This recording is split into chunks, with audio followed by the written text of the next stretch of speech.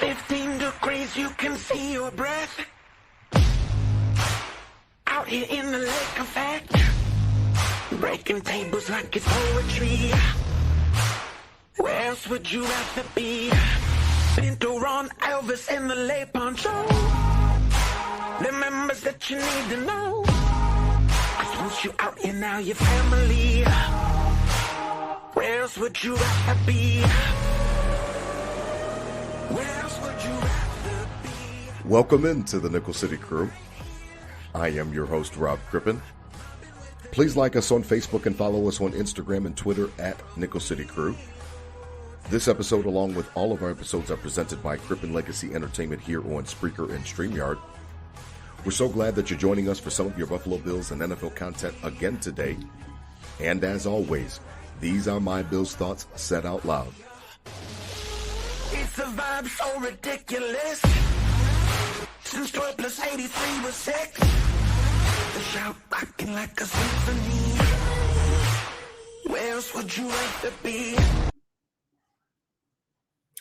All right, let's get straight to it. I am real excited about tonight's episode, as always. A lot has been going on with the Bills, and they're in camp and they are off today. I know these episodes will release on Thursday morning, but we're recording them on Wednesday, and they took the day off, so they'll be back at St. John Fisher tomorrow on Thursday for another practice. And it's interesting because the pads get on, and then you get a chance to kind of evaluate some of the offensive and defensive linemen. And I heard about the right guard battle, and it's really a battle they were talking about. And it's interesting because we talked about it last week when we covered the offense. Tonight is all about the defense. Joining me tonight, as always, my co-host, Adam Dump Truck Rupsick. Check him out on Instagram at Adam Rupsick, Rupczyk. Holla at the crew, DT. What's good, man? Holla at the crew. Nickel City, what's up, Rob? They used to say defense wins championships. I think we all agree we're getting away from that mantra, but still need a good D to win in this league, and I'm excited to get in and talk about this D. There's a lot of folds we can get into tonight, and as we were kind of talking pre-show, so excited about this. It's a deep defense. We got Coach coming over, so looking forward to it. Defense doesn't win championships anymore, but still got to be good. So let's ride. Yeah, I mean, it's still got to be good for sure. It's got to be good when you need it, and that's been one of the things about the Bills as they've been approaching some of these playoff games and things like that, is making sure that the defense is keeping points off the board. That shootout that they had with Kansas City that we all remember in that divisional round a couple of years ago, that was a shootout. The defense didn't really show up that day for either team. So it's been really interesting to look at the defense. One of the most interesting things about it, and you kind of alluded to it, DT, is our head coach, Sean McDermott, coming back to his roots, so to speak. He was, of course, a defensive coordinator. He learned at the feet of the late Jim Johnson in Philadelphia, and Jim Johnson's a legend, to be honest, and known for his exotic blitzes and complex schemes. So he went on to Carolina, down here where I'm at in Charlotte, and ran the defense and ran one of the better defenses, in the last decade or so with the Carolina Panthers, the team that went to the Super Bowl 15-1, and you had Josh Norman on that defense, and they created a lot of turnovers. And McDermott kind of made his bones, DT. He kind of came up with that reputation and really built his resume for being a head coach was based on those years, to be honest, with Carolina. And obviously he was with Brandon Beane down here because Brandon Beane was an assistant GM as well. But Sean McDermott cut his teeth on the defensive side of the football. We're going to talk about how he got to this. But, one of the interesting things is that, Leslie Frazier, who we've always been a big proponent of on this show and have always supported when he was catching a lot of shit towards the end of his tenure, it was a situation where Mike Lombardi reported, DT, that, him and McDermott didn't see eye to eye. There's always been a little bit of, mystery around 13 seconds and who called what and who was in control of what. And we've kind of dissected some of that. But Mike Lombardi reported that it was McDermott that took over for 13 seconds. And, it was the fact that he was, not really happy with the defense, or he wasn't really happy with some of the play calls. And then he informed Leslie Frazier that coming into 2023, he wasn't going to be making the calls anymore. He wasn't going to be making the calls for the defense, and Leslie Frazier bounced. It was a situation where maybe they didn't see eye to eye leading back for a couple of years now, but we saw against Cincinnati some of those same things that we saw with the Kansas City game. So I know a lot of people wanted to throw dirt on Leslie Frazier. We've tried to defend him, but if it is true that, it was Sean McDermott that called 13 seconds.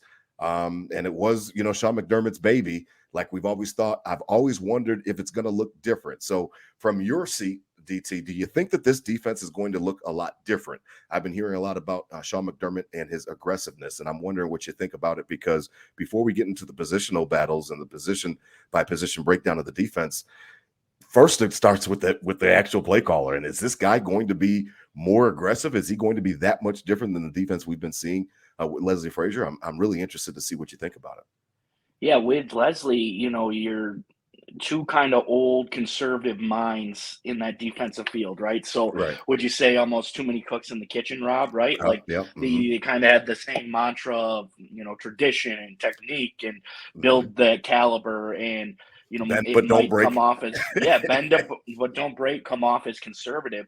I don't know where all this stuff is coming that he's a super aggressive coach, because everything we've seen has kind of led us to believe opposite, right?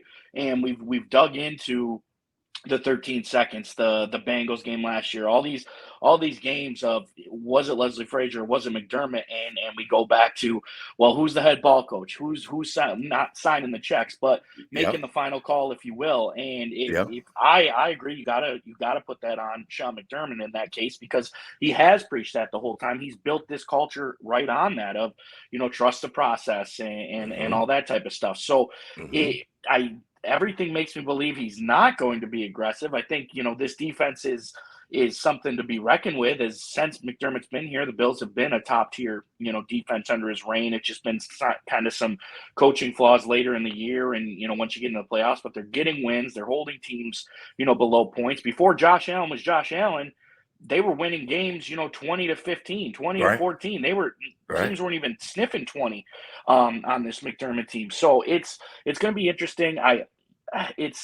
I'd like to see it more aggressive. Everyone does, right? Everyone wants to see the blitzes, the big hits, the strong, hardcore defense. But as I stated in the opening, Rob, it's not a defensive league anymore. The Eagles were probably one of the best defenses they've seen since the '85 Bears statistically last year, and they got busted, for 40 plus in the Super Bowl. So it's not a hidden factor that the good teams are going to score points in this league. Sean McDermott's done a good job of kind of being defensive minded and having a top tier defense, but I call BS on that he's going to be more aggressive, because everything we've seen, and if it was his call, and if he was he's not hiring Leslie Frazier and coming in if they don't have similar mindsets and what they're looking at either.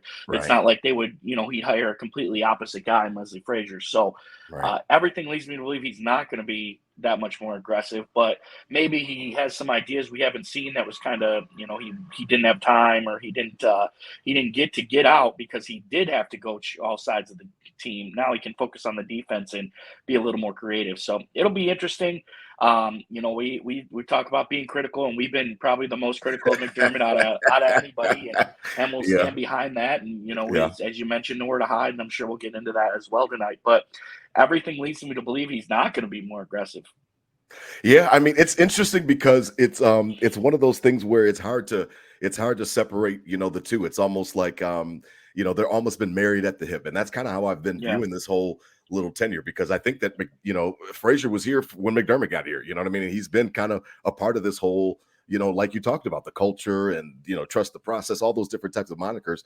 But, the bend but don't break philosophy has kind of been something that has, it's been consistent for the team, number one. And then number two, it's worked. I mean, Leslie Frazier's record with this defense, however you want to splice it, DVOA, points, which obviously is king for a defense.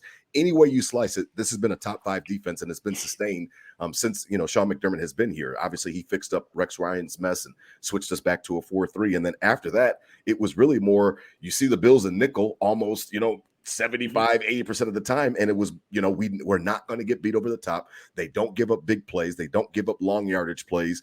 There's very rare. I mean, you can almost count them on one or two hands over the tenure of those big bust out plays. I think about Dalvin Cook or something like that, or Jonathan Taylor for a big bust out, or even Damian Harris, who we have now. But you don't get a lot of big 70-yard plays on this defense, and you're definitely not going over the top with those safeties. So for me, I've struggled with separating the two, because I understand that I understand that they might be different in philosophy, but you kind of spoke to it. You stole my thunder, DT. Like, he is not going to hire somebody that is completely opposite of what he thinks for his philosophy. Otherwise, you're just setting yourself up for failures and more headbutting throughout your tenure.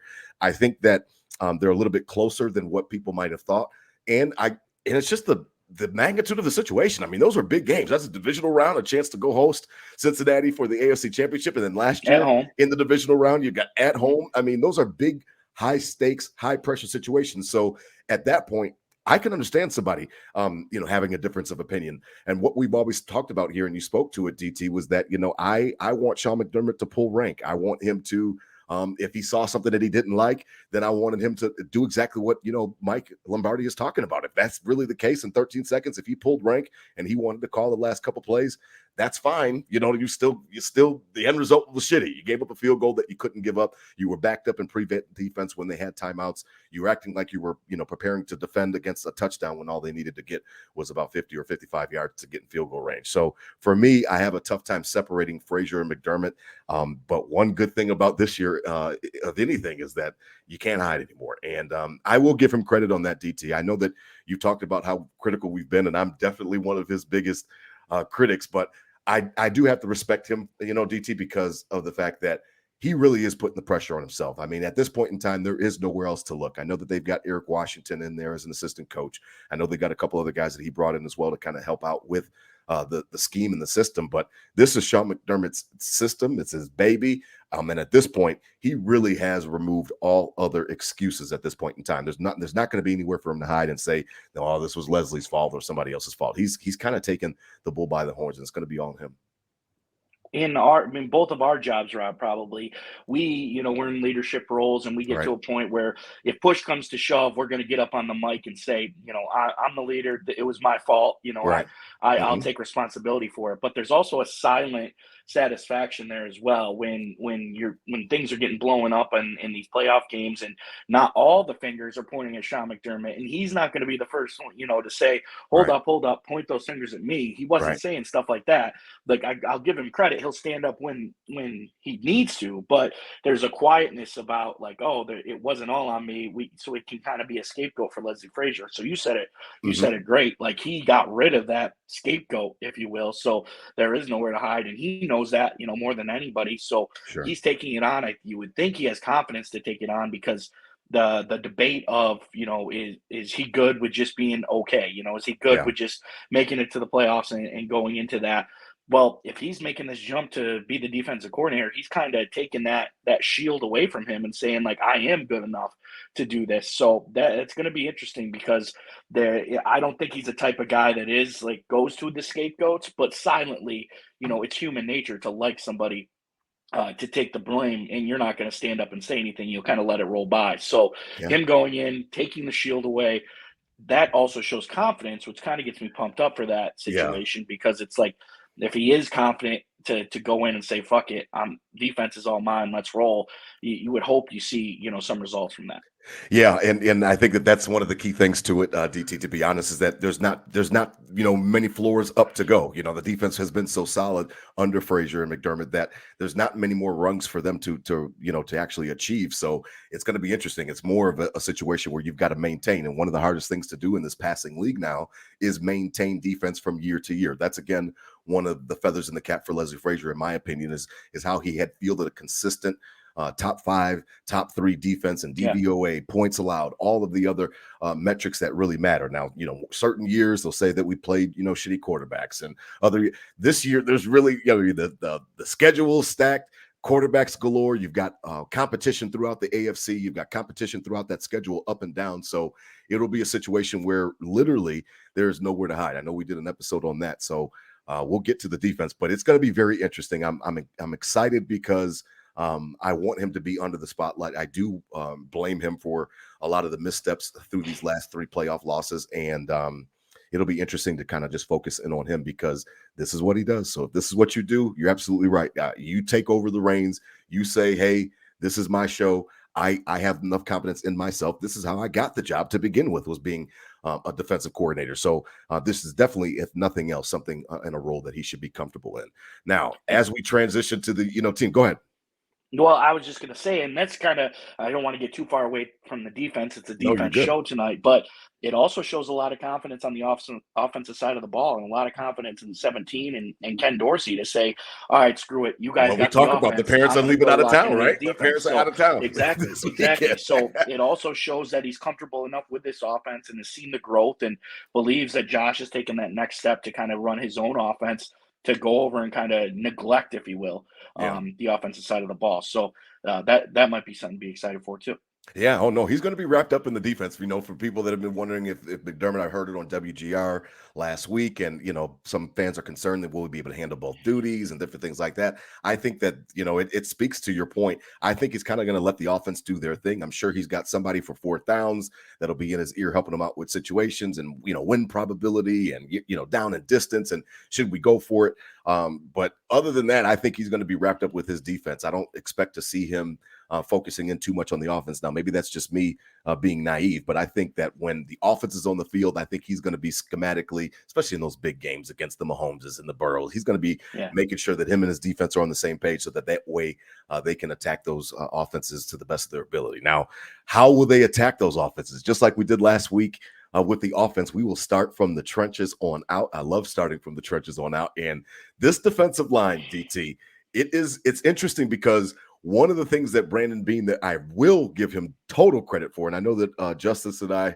had gotten into it a little bit last week at the end of the show, but Brandon Beane hasn't been perfect. But what he has done is he's done a great job of identifying talent on the free agency wire, on the free agency market, and brings in guys. So defensively this year, we had no defensive tackles on the roster past 2023 that were signed outside of the actual fifth-year option for Ed Oliver. What does he do? He goes and he gives Oliver a brand new extension, and we were kind of looking at it and we talked about it on the show, like what the hell's going on, and we were wondering what's happening. But he locked in a guy that he thought is going to be somebody that can be a mainstay for that defensive tackle group for years to come. Then he augments it with, making sure that he brought back Tim Settle on another deal, brings in Puda Ford, DT, your boy Daquan Jones, who was sorely missed in that Cincinnati game. It was like a gaping hole in the middle of that defense. He was definitely missed. You notice it on the field. He brings back Shaq Lawson. There's a lot of defensive tackles specifically, just that it's interesting because he continues to reload. I know that Jordan Phillips is hurt, but he'll be back as well. Like, he's got some DTs in that room, whether they're signed past this year or not outside of Ed Oliver. The defensive tackle room looks kind of nice. Like, I'm very interested to see the kind of penetration that they can provide because I think that it can be disruptive, man. Like, I like Poona Ford. I like some of his tape. I like Tim Settle and the energy that he brings. And I definitely like your boy Daquan Jones. Like, we missed him so much last year. It was glaring. Yeah, and just like what we were talking about last week, Rob, and it's a common thing on the defense of deeper, deeper, deeper. Mm-hmm. Everywhere, as we go through the roster tonight, it's going to be deeper, and Beane's done a great job of making this defensive line, deeper. Mm-hmm. I was kind of excited that nobody was on contract this year to kind of force that, Mm-hmm. play for your life type Urgency. mentality, out here. Like, yeah. literally, like it's roll the ball out. Right. Whoever dogfight, whoever wins it is going to get paid and stay a Buffalo Bill. Whoever doesn't deserve it, see it. So I was kind of excited for that. I like it that it was at Oliver, a draft prospect, somebody who's has shown signs of being a dominant, interior defensive lineman in this league. Sure. And as you go out, obviously I got love for 92, my boy Daquan Jones, who was huge stuff last year and had crucial game after crucial game. These guys aren't going to have the stats, have the lore of, that you're going to see on the stat sheet, but you can visually see it during the game, and nobody can run against us. What I'd like to see the difference this year is that interior pressure to, you're playing a lot of these good quarterbacks you're going to play this year, the Aaron Rodgers, the Tuas, the Joe Burrows, they get that ball out quick, Rob, Right. And so to be able, you're sometimes it's a lot harder to get it from the edge, as we'll get into the edge next, but you got to start building pressure from the middle and causing sacks from the middle. And with this rotation, these guys are going to be fresh. They're going to be able to stay true, stay in it. Ed Oliver needs to take this leadership role as he got the bag and lead this of all really veterans. Right. But a lot of dogs on this defensive line, Rob. I like the urgency. I kind of like the way this has changed over the last couple of years of, somewhere where the Bills really never got any pressure on the defensive line and were just kind of, fundamentally sound. Now they got a little bit of a more of a mean streak to them and a little bit of more of a grit to them. I love Poona Ford, that big belly energy. Yeah. I can only imagine if history repeats itself, as he, Sam Adams going deep pick six against the Yeah. Patriots week He one, had getting one the in practice oxygen. the other day. Yeah. Yep. Yep. Let's go. So rub the belly, get it going. I think DaQuan Jones at the end of his career now, he wants to. It's all about winning a Super Bowl in his eyes, I believe, and that's what it is. With a lot of these veteran guys, Jordan Phillips is literally came back out of the realm to come back to Buffalo and finish his career here, and Poona Ford fighting for another contract, fighting for another opportunity, being younger. So it's going to be interesting to see top to bottom. There's only, I think, potential anywhere. Like, you don't really have a doubt for anybody. Like, you had a bad year last year. We'll see what happens. Like, maybe you could say that about Tim Settle a little right. bit, Yeah, that he that's didn't, what I was going to say. live up. But what kind of potential did he have coming in here? He was kind of quiet. He was just a younger, type of guy. So it's not like he didn't have played huge way under. expectations. Exactly. No. He didn't play way under his expectations. So if you look across this defensive line, there's really not a single player where you're like a little half and half on. You're pretty much all in on everybody, which what more can you ask for there? So you got to have that mean streak. You got to build that interior pressure. We'll get into the outside rusher, what I think a little philosophy I might start happening here as we go to help that interior offensive line, but we'll see. Yeah, I mean, and one thing that we do know about quarterbacks, it doesn't matter from the best ones, from Brady and Manning to even the ones that like to run around. No quarterback likes pressure in his face. It disrupts the timing of the routes. It disrupts the timing of whatever you've got going on. It doesn't matter if it's run play or pass play. Quarterbacks do not like pressure right in their face. It takes the play action game out. It just does a lot. And we can, always point back to those Giants teams back in the day that beat Brady and all that, pressure from the interior and OC on the edge and all these guys coming around, Justin Tuck on the edge. But it was those guys in the middle disrupting things for, those offensive lines that really, it just makes a huge difference. Now, as you flanker out to the edges, we know about Von Miller. We know that he's one of the most optimistic guys, walking earth right now, likes to speak things into existence. I'm the same way. He thinks that he's going to be back week one. We don't know. I know that he put a cap on it, said, no later than week 6. Let's assume that when we get ready for Monday Night Football against the Jets, that he is not there, just for the purposes of our conversation tonight. Right? Yeah, I think that's the safe lock. I like Leonard Floyd. Okay. I mean, yes, a lot of people could say, well, we could have had D-Hop. Yes, I would have liked D-Hop more than Leonard Floyd. However, it doesn't matter. You can't cry over spilled milk. We didn't get D-Hop for whatever reason. They weren't going to pay the money, and that's fine. Leonard Floyd is a nice consolation prize. He is a nice player. We talked about him when he was signed. He's got 3 straight years of 9 sacks or over. Him on the other side of Greg Rousseau, it's interesting, man. I think that Floyd can be that stopgap for Von Miller until he gets back healthy. I think that it actually affords them the opportunity not to rush Von back, where they feel like they have to get him back in week 5 or week 6. Even if he's taking a little bit more time, I think that getting Von back ready for the prime run. You heard Brandon Beane talk about it as well. They're going to be slow playing it with him as well as much as they can. I know he's almost like a dog on a leash. It's hard to keep him off that field, but until then, I think Leonard Floyd could kind of be that stopgap and actually provide something for this defensive end group. Opposite Greg Rousseau, that might be what the doctor ordered, man, is no slip-offs. And we're going to talk about the other defensive ends in a minute, but you don't get much of a slippage.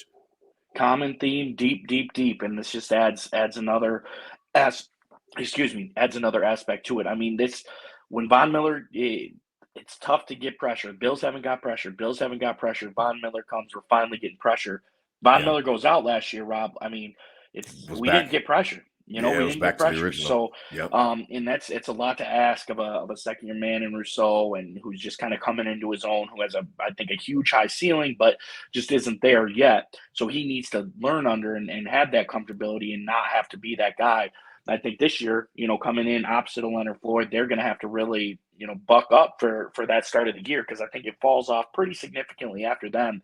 So with that, once Von Miller does come back, though, what I was talking about earlier, I like the idea of Greg Rousseau kind of moving a little more into the middle, doing I what he heard did it. in Yeah. Miami, and then we roll into, like I said, these Little Joe NASCAR Burrows, package. exactly, Joe Burrow, Tua, all these dudes that get this ball out quick. You get a what is he, 6'7", 6'8"? 6'7", yeah, 6'7". 6'8" guy in the middle with his hands up. You're not throwing that slant route to the tight end as easy, as it was, and that'll allow him to eat more, and he doesn't have to beat the best tackles in the game on the outside as much. And I'm not saying he goes in there full time. I'm just saying it's a nice little fold. It could be to this Bills defense. So Leonard Floyd's got to show out. Leonard Floyd's got to be, who he is. We need 10 sacks out of him. We need Rousseau to, take that level up too, because as much as we want to be optimistic with Von Miller, and I think it's a little different story than Trey White was last year, different positions, different speed tracks. But, we were optimistic of Trey White, and then he kind of, piddled out and came back and wasn't who he was. Von Still Miller's wasn't been confident. through this, but you got to err on the side of caution that if he doesn't come back and he's not the dominant 40 that we're used to, that Leonard Floyd can pick up those scraps. So we need 10 from him. It's a necessity to be successful this year. And I'm not putting a number on Greg Rousseau yet, but you need 10 plus from Leonard Floyd, no matter if Von's back full go or not. Yeah, I think that would be something that would be welcomed, because it's interesting. I like Greg Rousseau and I like his upside. I know I wrote it down in the notes and we had talked about it as well. Like Greg Rousseau to me is a kind of a guy that has like so much potential that you almost get enamored with it. Like you see him get off the bus. Yeah. He looks like a Madden character, like a created character that you would make. Like he looks the part. He is still learning. I know that he had some flashes early on in his rookie year, and then last year was kind of just, it was steady. It wasn't anything crazy. There was anything. He wasn't a liability. No, he was not a liability. I'll give you that for that. But now what I would like to see is for him, he's got a chance really to set the arc of his career this year. If he can actually take it up another level, he's got a chance to really, go on to another trajectory. And I'm interested to see if he's got that in him, because he definitely, everything physically looks like it's there. The length, like you talked about, disruptive. He's got a little bit of bend. He's got power as well as speed. And it's kind of a situation where I'm looking for everything to kind of come together for him, for everything to kind of make sense for him on the field. And maybe the game will slow down a little bit for him, because he's got all the potential, it seems like, with the actual athletic traits. But, he hasn't, you said it right. He hasn't quite put it all together yet. So it'll be interesting. Now, as we round out the defensive end group, man, I am sorry. I don't know how they're doing on the rosters. I don't know what the roster breakdown is and how many positions and numbers and stuff like that. I know one thing is for sure. Two things are for certain. AJ Epenesa and Boogie Basham, it is time for them to step up and show some type of contribution. So I don't know if they'll be on this team next year. And that's just plain and simple. I don't know, man. I mean, I have not seen anything from Boogie Basham. I really haven't. I know he made a play last year or something like that. He had a sack or something, like a strip sack. I haven't seen much from him. AJ Epenesa, I know that, Justice talked about how he changed his body. The Bills made it. Listen, I don't care if, listen, you got to produce, man. This is professional sports. This is a big time. Like, you've got to produce. I haven't seen much from those guys. And I'll be honest, man, I don't know if they'll be back if we're going to get the same type of production, because it just hasn't been much, DT, from that end. I mean, you say they won't be on the team next year if they don't produce. Rob, they might. I mean, it's a lot of spots to fill in 2 weeks. Yeah, that's why I don't know the breakdowns, but it might be this year. It might be this year. I think truthfully, in my eyes, it's one or the other this year. It's one or the other make the team this year. The other one, the other one walks. And I would say the edge goes a little bit to Basham over Epenesa. I mean, you like to see obviously both draft picks and whatnot, but I think one of the two of them isn't on the squad, Monday night against the Jets. Wow. I firmly believe that. I think Shaq Lawson kind of has solidified as a gamer in this. He had breakout plays. I think he fits well in this defense and fan favorite in every regard. But yeah, I think it's one or the other with Basham and AJ Epenesa going into Monday night against the Jets. I don't think they both survive this summer. Yeah, I mean, it's going to be interesting to see their preseasons, and I think it would behoove them to make some splash plays, whether it be in practice or any opportunities that they get into the game, because it just hasn't really clicked. I haven't seen anything from AJ really that makes me excited. And again, I've seen maybe a couple plays from Boogie Basham that will come up, and you'll see him or something like that, and all his fans will kind of let you know about it. But I haven't seen that many, so it'll be interesting to see how it lines out. Now, as we transition to the guys right behind the trenches, the linebackers, what an interesting camp battle that's been coming up, DT, and we've been hearing about it. I know you listen to WGR as well, like I do, and it's been interesting because like literally 3 or 4 guys have all gotten a chance to get reps. Now, it started out day one with Tyrell Dotson. That makes sense. He's last year's kind of incumbent. He was right behind Tremaine Edmonds last year. And then, I mean, Terrell Bernard got a shot at the middle linebacker. They gave Balin Spector some looks at the mic. Like, I was really, I was very surprised when I saw that. I think it was day 3. They said that Balin Spector was out there. I even think that they gave Terrell Bernard some opportunities to see, what he could do at the Mike linebacker position. So listen, we all knew that Tremaine Edmonds, great player, a little bit overvalued or undervalued, depending on who you talk to in Bills Mafia, Nickel City Crew. Some people loved him, some people couldn't stand him, and some people were right there in the middle. I think that we were right there in the middle on him, and wanted some more splash plays from him. He gave it to you last year, arguably his best year. I think that's really not really arguable. Last year was his best year as a pro. He goes in free agency. You knew it was going to be hard to replace him. How important is it to replace him? Because to be honest, his range, I think, was his number one attribute to this defense, was in coverage, creating, chaos for the quarterbacks. None of these guys are as big as Trey is. So is it what? I don't know. Do they have a clue? Is this a good thing or a bad thing that they've got all these guys taking some reps with the ones? Because sometimes, it can be an indication that they don't have they don't know who the guy is yet. You know what I mean? Like sometimes when you're still searching, you put in whoever.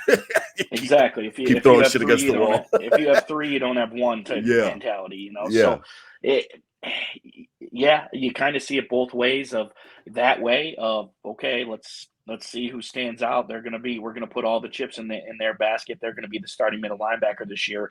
Or it's, they're all good enough. They're all able. Let's see who earns it out in camp and gets ready. As you break them all down, obviously you'd probably rather have Edmonds than any of these 3, but it is what it is. It's the reality of the NFL. I think Dotson has been the most consistent out of them, has obviously has more years, is good on special teams, and this is kind of his round 2. But what's a better opportunity to be a starting middle linebacker in the NFL on the Buffalo Bills, right?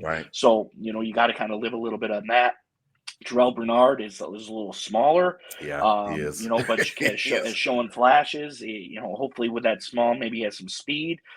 Because even with Tremaine Edmonds being as big as he was, he didn't lay the hammer down, and we talked about that last offseason. And coming in, he's got to live up to that Savage nickname, right? But he was never even laying the hammer down. So if Bernard can be kind of that speed that Edmonds was, he's just not hitting as hard.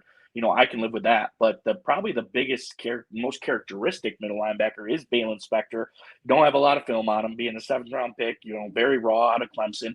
He's probably fits the mold of a middle linebacker more than anybody else. Kind of the big neck, the rotating there, and he can probably lay the hits, but he's probably not as fast, as the other 2. So it's going to be interesting. I hope it's not if you have 3, you don't have 1 mentality. It's more, somebody's got to earn it, or maybe we're going to see more like the defensive line. Like, these dudes are legit going to be rotating throughout the year. They're going to all get time in games and get those spots. But then again, we go back to there's only 53, Rob, and you probably can't be running experiments with 3 or 4 guys all season long. So during the season, I would give the edge to Dotson just from the experience.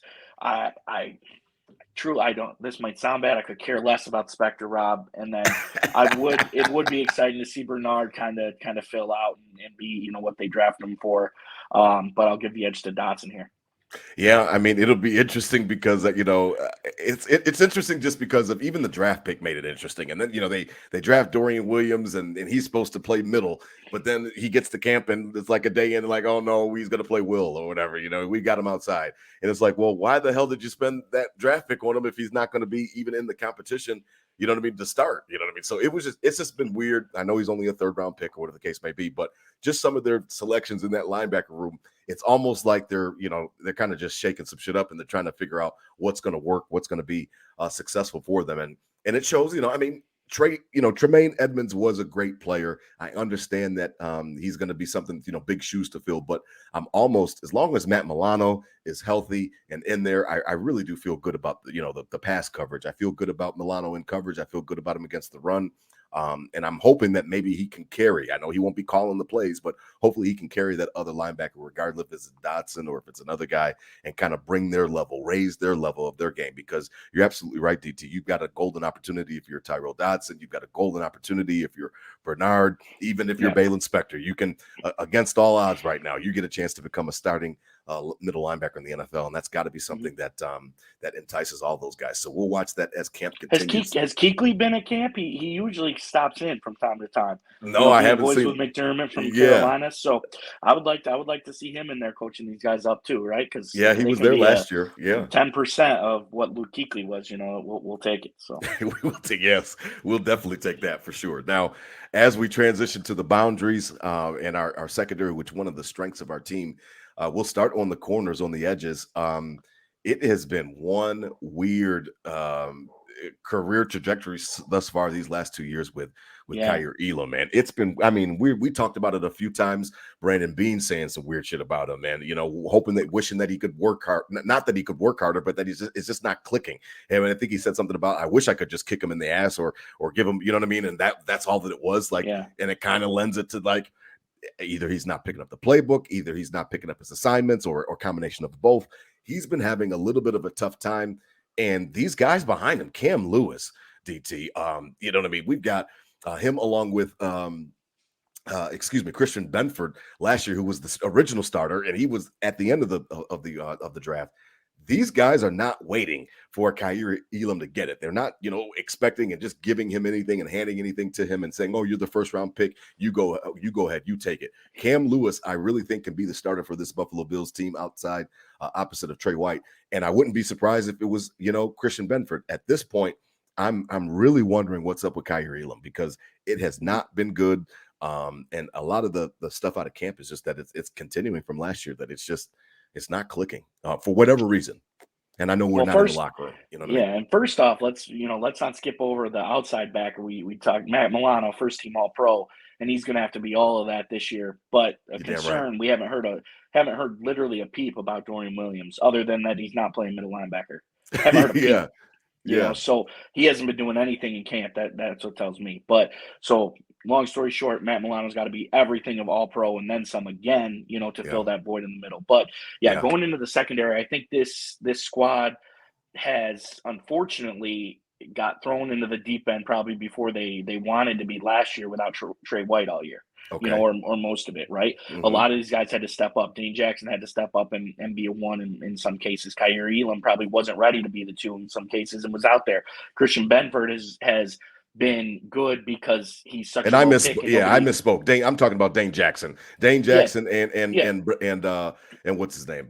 Those are the two that could really be battling for that job. Not Cam Lewis. It was Dane Jackson. My bad. But Cam Lewis is having a good camp too. We'll get into him. But you look at and you want to be optimistic about Kaiir Elam. Took him first round. This defense in this first round has been, then Kaiir Elam, and it's like, okay, but I need one of you guys to hit. He's got to start clicking, and I think he had a lot of experiences last year where, he was a rookie still, but he was playing a lot of, he was on the field a lot last year. So I hope that might transition to he's getting into this year and he's going to see things that he saw again. It's not going to be such a shock to him getting out on the field, and that might just naturally have some development and play. Trey White on the other side, though, also means, you're going to get picked on a lot more as the years of Levi Wallace came, and Levi Wallace, a darn good cornerback, but literally got picked on every single game, all game. And is Kaiir Elam ready for that? Is Dane Jackson ready for that? That's what the questions are going to be. I like the deepness of this, right? And even Cam Dantzler coming in, another guy that had high potential coming out, really hasn't panned out. We'll see what we do. He got waived, but there's a lot of guys. So we gotta really lean on that depth portion of this deep trend we've been talking about. We got Trey White, and all signs say he's back to normal, which we hope.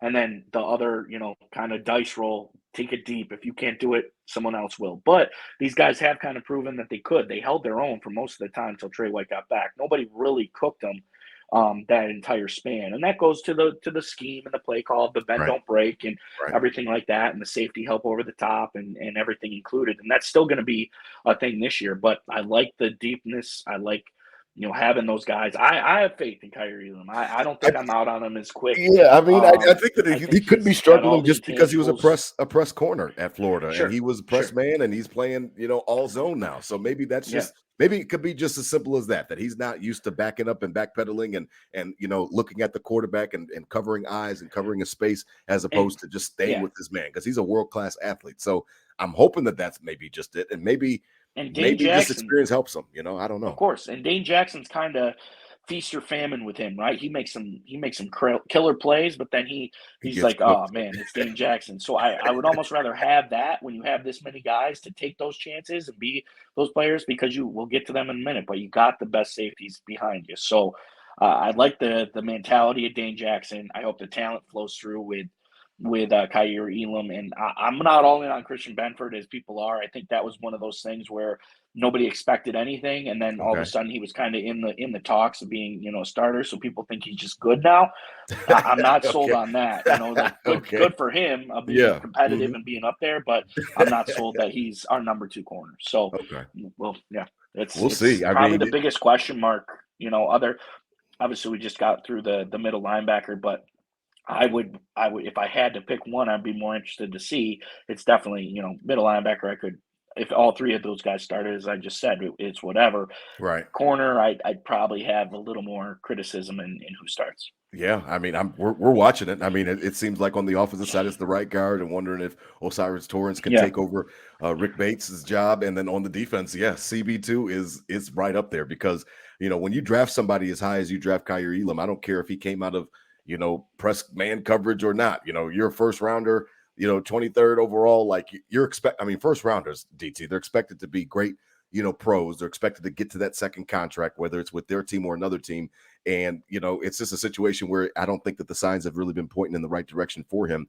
And some of the weird stuff that Brandon Beane was talking about with him just kind of it kind of just piques your curiosity. That's all, because you don't hear that, well, no, he works hard. That's fine. It's just it's not clicking, or whatever the case may be. And I know he didn't say that verbatim, but, he kind of insinuated that it could be the case. So hopefully, here's him getting in his playbook, making sure that he's, understanding what, the defense is requiring of him. I know it's a lot different than it was at Florida, playing man and zone, but either way, man, you've got to find a way to adjust, because this is the big leagues, and this league will chew you up and spit you out. And in addition to the fact that nobody is going to hand him anything just because of his draft status. Now, as we continue to transition, we're almost done with the defense, but there's no way that we can leave the cornerback room without talking about Trey White. Like you said, I mean, I was neglecting. I wasn't trying to skip over Matt Milano. I was just, he's more of an assume. And it's the same. And it's the same thing with cornerback, because we saw that you can't just assume. When you come off these ACLs, like you talked about Von Miller so acutely earlier in the show, DT, you can't always assume. Trey White came back. He wasn't quite, the same Trey White. And I think it was 100%, or at least 95% was mental and his confidence level. Man. I've heard great things out of camp, DT, that he's back to being Trey, how he likes to engage with the fans. He likes to engage with his teammates. He's hopping up in drills. He's doing a lot of different things and moving around. And it almost like he's not thinking about the knee, so to speak. So if Trey White is back to all pro status, then that even sheds a bigger light on CB2, because you're absolutely right. Quarterbacks will once again be scared to go his way, because he's nothing to play with when he's on his game. DT, he's a premier cornerback in this league when he's on his game. Yeah, and what better way to kind of rip the Band-Aid and get back to rolling when you got to guard 1-4 every day in practice, right, Rob? That intensity, that dog of never quitting, and then Gabe Davis trying to earn his, and then the best quarterback whipping the ball right in the perfect window, so that's only getting him back like a quick slap in the face, water while you're sleeping, let's go and get rolling. So I agree. If he was straight up shutdown, Rob, and he didn't, and nobody even threw to him. Like, it was legit visible. Like Yeah. you would forget he was on the team because he'd throw, he'd make a tackle and you'd be like, I haven't heard his name all day. So Yeah. he's got to be it. He's got to be in that role because you got to think you're a little less a middle linebacker. So there's going to be more coming across the middle. Your question mark at cornerback too. Trey White has to be all pro for this, all the kind of work. You get addition by subtraction, if you will. He's got to level up. Same with that Matt Milano, what I was just saying. Like he's got to be every bit all pro and then some to fill kind of the voids of the cornerback too in that middle linebacker slot. So excited, pumped. He's got to be pumped to kind of get rolling back into it, a full off season, a full workload with his boys ready to roll, and kind of more of like a chip on his shoulder, a little pissed off, right? Yeah. I was all pro, I was cornerback, and he's not. And in now any everybody's cornerback forgetting about it. Yeah, now he's he really forgetting wasn't about even him. when he was Trey White. It was Jalen Ramsey's and the this Marshawn and the that. Lattimore, And all these exactly. little guys So all the time. it's like, Yep. all right, like, now I'm back after the ACL, a little older. Like now people have got to start talking about me. So a little chip on his shoulder to get it done that way. LSU, baby. Yeah. Tigers. I know you like LSU. There you go. Well, I mean, as we wrap up on tonight, man, what better way to wrap up the defense than literally the heartbeat and the soul of this team starts on the defensive side of the football, and it does start in that safety room, man. For us back again for a 7th year together. And when I saw that, I was like, 7? I was like, I had to really go back and I was like, holy shit, like they have been together. One of Sean McDermott's first, acquisitions. I mean, remember there was that weird year where, Doug Whaley was the limp GM on his way out of the door before Brandon Beane gets here. They pick up Jordan Poyer from Cleveland. He had, he was special teams and kind of a rotational player. And then they get Micah Hyde from Green Bay. And boy, man, it's been like peanut butter and jelly. It's been like, ketchup and mustard. Like it's been perfect with those guys back there. They've been ultra durable up to last year. They've been just leaders for the team, captains. It just seems like they're inseparable. I don't know how close they are outside of the field, but it seems like those guys are close. Kind of like Josh and 17 were close, and like you talked about playing video games and stuff like that. It seems like Poyer and Hyde and Poyer, they just go together, man. Like it just goes together perfectly, and I'm really excited because this is almost reminding me of like The Last Dance. I told you I'd watch that with the Michael Jordan stuff, and like this could be the last dance for them. This safety room DT could look a lot different come next year this time when we're talking about training camp of 2024. These guys, man, they're getting up there in age. I know they're both 32, getting ready to be 33 throughout the season, I think, or something like that. What a pleasure it's been, man. Let's just first, a round of applause to them and salute to the captains, because what a pleasure it's been watching them. They've been the backbone of the defense, DT. Like, I don't think that's overstating it even a little bit. The way that they erase plays, the way that they are interchangeable, the way that Sean McDermott and Leslie Frazier have actually been able to scheme different coverages because of the fact that they know that these guys are smart enough to be at the right spot at the right time, even if they're trying to show a different look to the quarterback. Poyer will get where he needs to be, and who can forget that? I mean, that Micah Hyde interception, that perfection of the park, man, that was like what I still can't believe that he picked it. And I told that story on that episode years ago. Like I was put my hands on my head. I was like, oh damn, like okay, it's the Patriots. I know it's going to be a close game. Mac Jones just threw a touchdown, and then everybody's cheering. I'm like, what the hell happened? Like he picked that off. One of the greatest defensive plays I've ever seen for the Buffalo Bills. So these guys, man, what a round of applause, because if this is their last go around, man, I've enjoyed every single minute of those guys together. Excuse me. You said it best, Rob, but what's an average career in the NFL? Like 3 to 5 years or something like that? 5's long. And these cats have been together 7 on the Bills. This is their second team, they're coming from the Packers with Hyde and from the Browns with Poyer. So they're past the average just on the Bills, and this is their second team. So it's inevitable. I'm not saying it's their last year for both of them, but this might be the last dance of them being dominant, safety tandem in the league. I think Micah Hyde has something to prove, obviously, with last year kind of losing a season. But I watched a cool documentary, Tape Cage, which we've talked about a few times. And Big Ben kind of got us onto him he did a little documentary on Micah Hyde in the offseason, and it wasn't like, I missed the season, I'm pissed. It's like, every season's a bonus. Like if I get to play another year in the NFL, like it's a bonus, literally, because it's a 3 to 5 year Yeah, he lifespan. looks at it as a blessing. For He's got most of proper these guys. perspective. So yeah, and he gets back with his brother and Jordan Poyer, who was literally on pace to have the record of interceptions last year on the Bills. Yeah.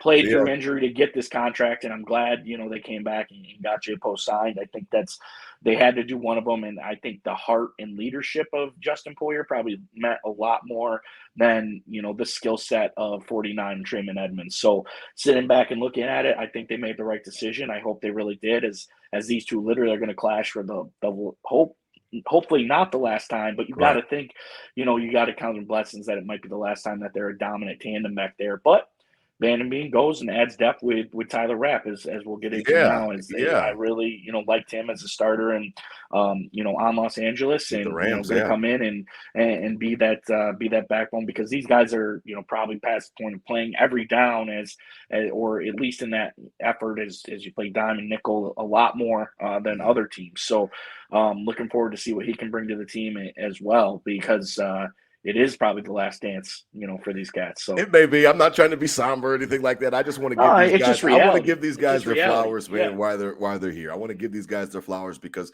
you know what I mean.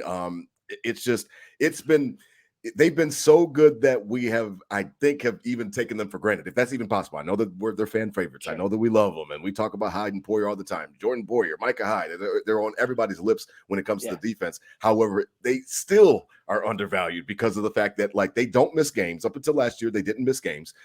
They were always durable. So number one quality is availability, and that's what the coaches love. So these guys are out there every week putting it on the line. Then you had Poyer, like you said, last year playing through injury, just showing the grit, the toughness to play through injury and still be a great player. Like he wasn't getting exposed or anything like that with that elbow injury. He was playing and he was balling. It was just interesting because these guys are just they're just so good and they're just undervalued. I still think that they're undervalued. They are all pros. And they have been for quite some time with the Bills, and it's just funny just seeing 7 years coming down. I was just like, wow, I can't even believe it's been that long. And they deodorize more than the eye can see, as Little Wayne says, right? Real G's move in silence like lasagna. That is they do make plays. They are playmakers. They are on the stat sheet, but they also have done for all 7 years. They make quarterbacks scared. They don't go in places where Porter and Hyde are. Stuff you don't see on the stat sheet that you see in film that kind of deodorizes some of the flaws in the defense because of just to these two of who they are. So that's another huge aspect that you can't intangibly put on paper that it has led to the success they've had.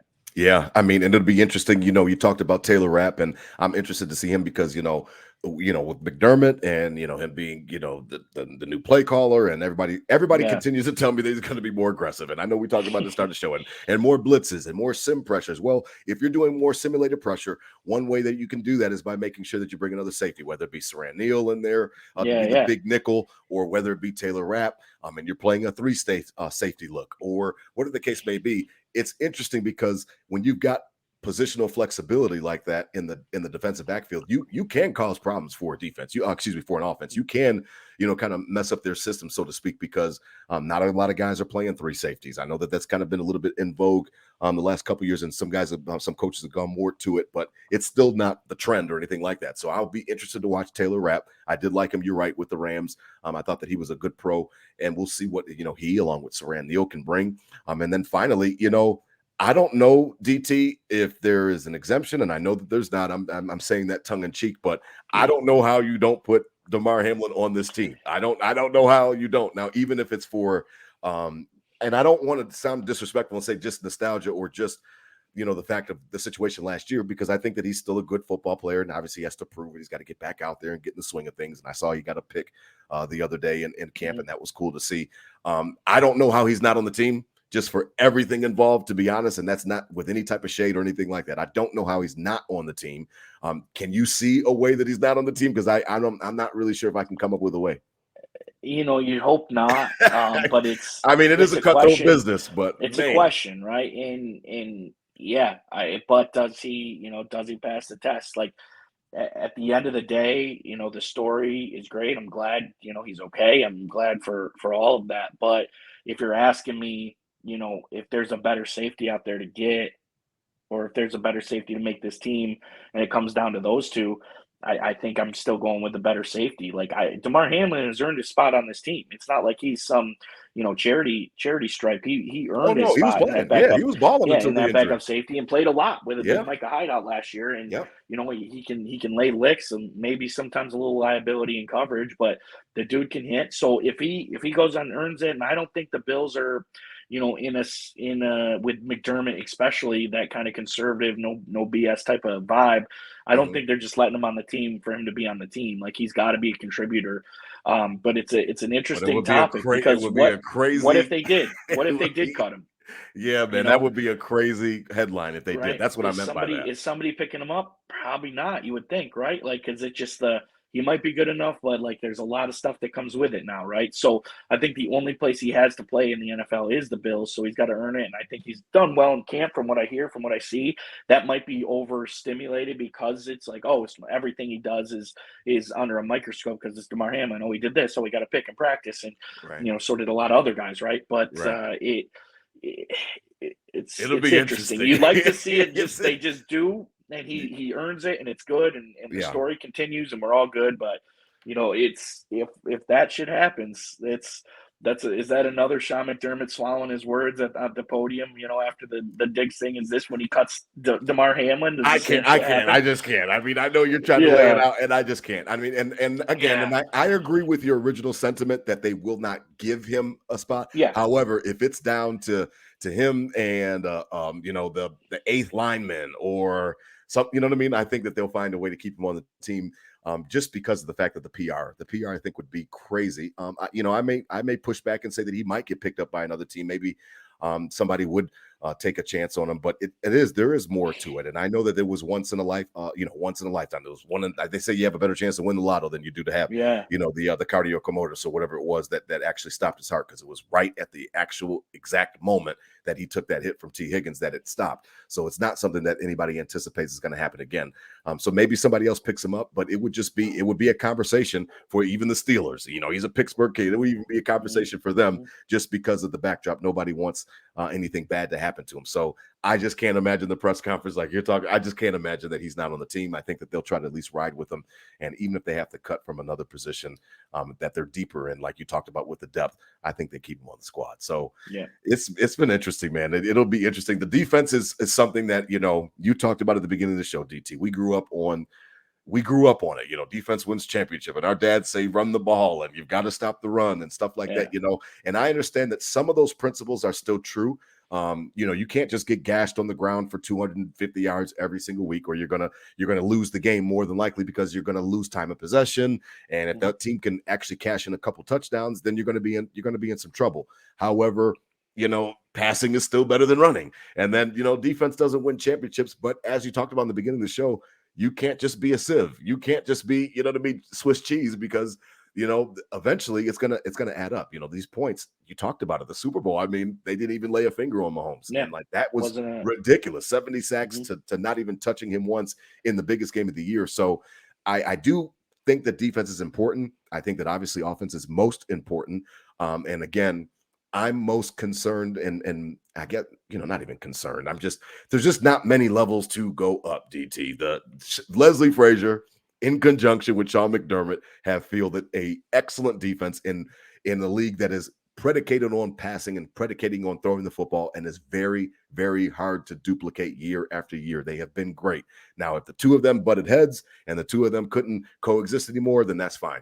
I understand Sean McDermott's point of view, if that's the truth, what Mike Lombardi was reporting, and I definitely understand Leslie Frazier's point of view as well. Like, hey, man, I've fielded the top 5 defense every fucking year I've been here, and now you're telling me that you want to take the play calls, you think you could do better than I've been? Okay, no problem. I'll go take my ball and I'll go home, and I'll sit at home, and you can do it by yourself. So I understand both sides of it, and even with Sean's side, that, hey, man, I got to pull rank. You know what I mean? Like, I can't keep having this shit end up at my door, because eventually people are going to be looking at me like Nickel City Crew looks at me all the time. So I understand both sides of it, but it'll be interesting. This is going to be a pivotal year for Sean McDermott. We talked about Ken Dorsey last week, and defense might not necessarily, win championships anymore, but it is still damn important when it comes to the playoffs. And I think that only time will tell, but McDermott is he's squarely under the spotlight. We've already talked about it. And the inevitable is everything runs through 17, Rob. Everything, 17 Yes. is our life, our blood, our breath, everything. All runs through blessings flow. 17. So with this schedule coming up, with these teams we're going to play, with these high power offenses we're going to play, the defense has got to give us a little help. Got to give 17 a little help because it's too long of a year and the league is too good. He can't have the cape on for 17 weeks, Rob. So they got to make plays. They got to give them a little help. And I'm not saying they got to win any games for us, but I like if they continue the mantra of being top 10 and everything, and the bend don't break, like I can be okay with that. Just a little more edge, a little more tenacity. A point this week in camp, the D line is giving the offensive line everything they can handle, and Josh Allen's being visibly frustrated out there. Mm-hmm. So that's if that's something, or if Josh Allen's if that's McDermott, then great. then let's roll on that. So we're gonna need a little juice. We're gonna need a little help with the schedule coming up, and I think we're deep everywhere. I think there's positivity everywhere. It'll be interesting to see how some of these holes get filled, but the main staples are there. There's all pros on all four levels of this defense. So what more can you ask for, really? Yeah, I mean, it's been stacked, and the talent's there. Some of these guys have to step up into roles that they're not necessarily accustomed to or used to, but they've got to step up. Quarterback 2 and linebacker. There's going to be some big shoes to fill, but these guys have to step up. It's time. One of the things about Brandon Beane bringing in all this talent is you've got to hit on these draft picks sometimes. You can't always go find gems for cheap in free agency. Sometimes you got to get these draft picks to hit, and some of these guys, it's going to be put up or shut up time. We talked about the defensive ends. We talked about, the cornerbacks. We talked about them all this evening. It's going to be time for some people to step up, man. We need some of these guys to step up. The roster's getting older, and we need some guys to step up. So we'll see how it works. Now, tonight's episode, along with all of the episodes tonight, are presented by 26 Shirts here on the Buffalo Fan Base Podcast Network. Head on over to 26shirts.com for all of your latest Buffalo Bills and Sabres and Buffalo themed tees. Again, they all support a great cause. I've had fun, DT, tonight, man. I tried to keep it under an hour. We just went over, man, but I've had fun again tonight, man. The defense is always interesting. Sean McDermott, that's my favorite topic. I love talking about him, so I really appreciate you taking the time out of your night, man. Yeah, I agree, Rob. Another successful week. Love being on with the crew. Love you, Rob. I really appreciate it. And get excited because you see a lot more from the defense in the preseason than the offense, because 17 is not going to be on the field, and that's everything's vanilla. Everything. Defensively, you see a lot more, and you see guys earning their stripes. So something to keep an eye on the next 3 weeks, see what this D can do. I love it. Yeah, and I love it too. As we all know, the Hall of Fame game is tomorrow. Again, we will release these on Thursday. So later today on Thursday, the Hall of Fame game. We've got the Jets and the Browns.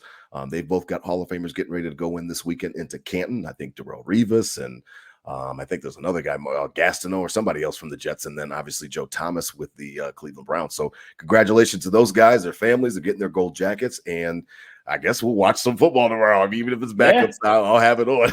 I mean, I would be lying to say that I won't have it on because football's in the air, and I'm happy that it's back, man. Next week, we will break down the American Football Conference. I can't wait. We're going to go through division by division. We're going to talk about some of the threats and some of the things that could stop the Buffalo Bills from representing the conference in Super Bowl 58. Are we up to now, man? Is it 58? Yeah, I think it's 58. Yeah. I think we just missed 57. So we'll see how it goes, man. I can't wait to break down the AFC with you guys next week. As always, these were my Bills thoughts said out loud. Spread love, not hate. Hit them with a Go Bills, DT. Please hit them. Go Bills. Go Bills. Count down. Go Bills, baby.